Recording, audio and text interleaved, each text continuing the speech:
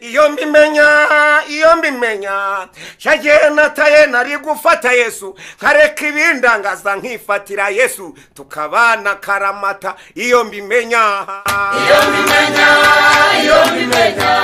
cyagiye nataye nari gufata Yesu nkareka ibindangaza nkifatira Yesu tukabana karamata.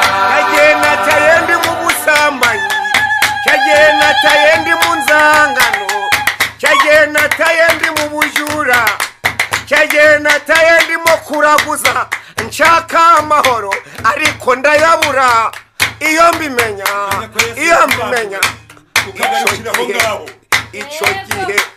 icyo gihe cyarambabaje njyewe. Iyo mbimenya nari gufata Yesu nkareka ibindangaza nkifatira Yesu tukabana karamata. Iyo mbimenya cyagiye nataye nari gufata Yesu nkareka ibindangaza nkifatira Yesu tukabana karamata. Cyagiye nataye ntazi uwo mugabo utanga amahoro.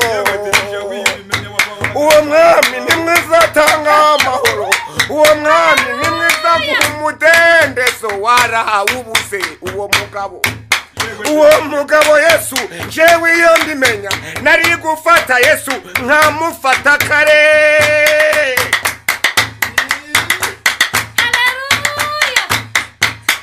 None icyo gihe cyarambabaje. Iyo mbimenya kare nari gufata Yesu nkareka ibindangaza nkifatira Yesu tukabana karamata. Iyo mbimenya cyagiye nataye nari gufata Yesu nkareka ibindangaza nkifatira Yesu tukabana karamata.